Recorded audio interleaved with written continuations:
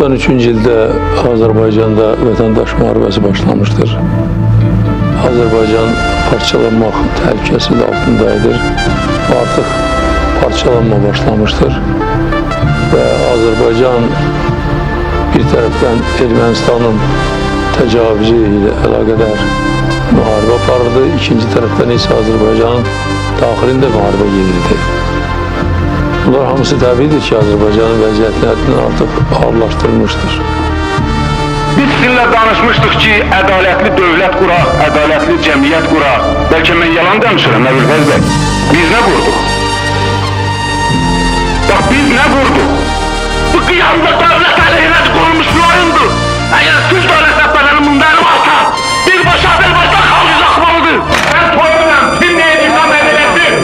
Eləsin məni, amma mən kasım çəkməyəcəm. İşlər neyden içərdə? Cəmaata qaldırma haqqındakı əmirlərin adamda vicdan olar. Əskər biri deyəcək o düzdür, biri deyəcək bu düzdür. Parçalanma gedəcək. Belə bir zamanda xalqın tələbi ilə 93-cü ilin iyun ayında mən Naxçıvandan Bakıya gəldim.